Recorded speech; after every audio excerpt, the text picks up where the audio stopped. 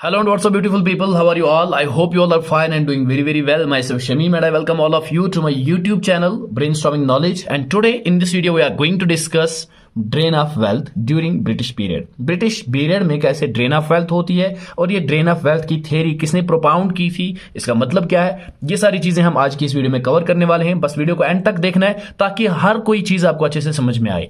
Video start करने से पहले मेरी काइंड रिक्वेस्ट आप सबसे कि आप पेन और पेपर लेके बैठ जाइए मेरे साथ, साथ ही नोट्स मेंटेन कीजिए। या अगर आपके पास टाइम कम है, आपको ये हैंड रिटन नोट्स चाहिए हो तो आप मुझे व्हाट्सएप पे या फिर इंस्टाग्राम पे मैसेज कर सकते हैं। फॉलो करके आपको ये hand written notes as such PDF form में मिल जाएंगे।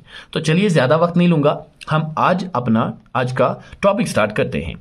Drain of wealth implied the outflow or carrying away of India's enormous wealth to England. Drain of wealth का मतलब होता है आउटफ्लो होना, बाहर जाना, या कैरी अवे करना इंडिया की जो इनॉर्मस वेल्थ की थी अंग्रेजों ने इंग्लैंड की तरफ, इंडिया से इंग्लैंड की तरफ जितनी भी यहाँ इंडिया में वेल्थ थी वो सारी इंग्लैंड लेके चले गए। इसी को हम ड्रेन ऑफ वेल्थ कहते हैं। The Britishers exploited India in every possible way. अंग्रेजों ने हर तरीके से कोई कसर नहीं छोड़ी इंडिया को लूट करने में, इंडिया को एक्सप्लॉइट करने में।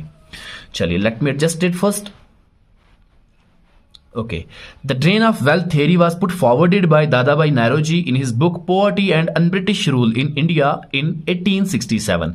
जो ये थ्योरी थी ड्रेन ऑफ वेल्थ थ्योरी, ये पुट फॉरवर्ड की थी किसने? दादाभाई नायरोजी ने अपनी किताब पोवर्टी और अन ब्रिटिश रूल इंडिया में जो था, इस किताब में कब? 1867, ये इसकी लिखी हुई किताब है और 1867 में इस थ्योरी को इन्होंने इसमें डाला। Dadabhai Naoroji stated that the drain of wealth was the portion of the India's wealth that was not available to Indians. और इस थ्योरी में इन्होंने क्या कहा, लिखा क्या? इन्होंने ये कहा अपनी किताब में, इस थ्योरी में, कि ड्रेन ऑफ वेल्थ ये एक्चुअली एक पोर्शन था इंडिया की वेल्थ का, इंडिया की दौलत का, जो हिस्सा, जो पोर्शन इंडिया के लोगों के लिए अवेलेबल नहीं था, इंडियंस के लिए अवेलेबल नहीं था। ओके, चलिए एक और इकोनॉमिस्ट जो थे RC Dutta wrote in his book Economic History of India that 1/2 of the net revenue of India flows annually out of India। इन्होंने अपनी किताब में इकोनॉमिक हिस्ट्री ऑफ इंडिया, इनकी जो बुक है, इसमें लिखते हैं कि ड्रेन ऑफ वेल्थ थ्योरी जो है ये actually 1/2 of the net revenue, जो 1/2 था नेट रेवेन्यू जो कलेक्ट होता था इंडिया में, जो एनुअली फ्लो होता था, बाहर जाता था इंडिया से ब्रिटिशर्स की तरफ, ये लिखा था किसने? आरसी दत्ता ने अपनी बुक में। यही ड्रेन ऑफ वेल्थ थ्योरी को एक्सप्लेन किया है, प्रोपाउंड किया है किसने? आरसी दत्ता ने अपनी बुक के अंदर। चलिए, Britishers take away all the valuable things and ideas of Mughal developments from India. Britishers ने सिर्फ यहाँ की इकोनॉमिक एक्सप्लॉइटेशन नहीं की है, बल्कि यहाँ से जितनी भी रिसोर्सेज थे या जितने भी आइडियाज थे उनको भी एक्सप्लॉइट किया, वो भी यहाँ से लूट के लेके गए।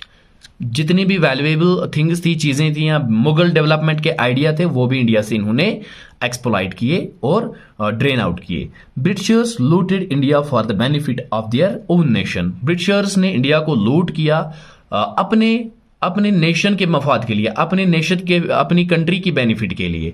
So guys, this was all about the drain of wealth. I hope कि आप लोगों को ये वीडियो पसंद आई होगी, नोट्स इजी लगे होंगे। इन नोट्स को लेने के लिए आप मुझे इस दिए हुए नंबर पे मैसेज कर सकते हैं या फिर इंस्टाग्राम पे भी फॉलो करके मुझे मैसेज कर सकते हैं। आपको ये notes as such hand written PDF form में मिल जाएंगे।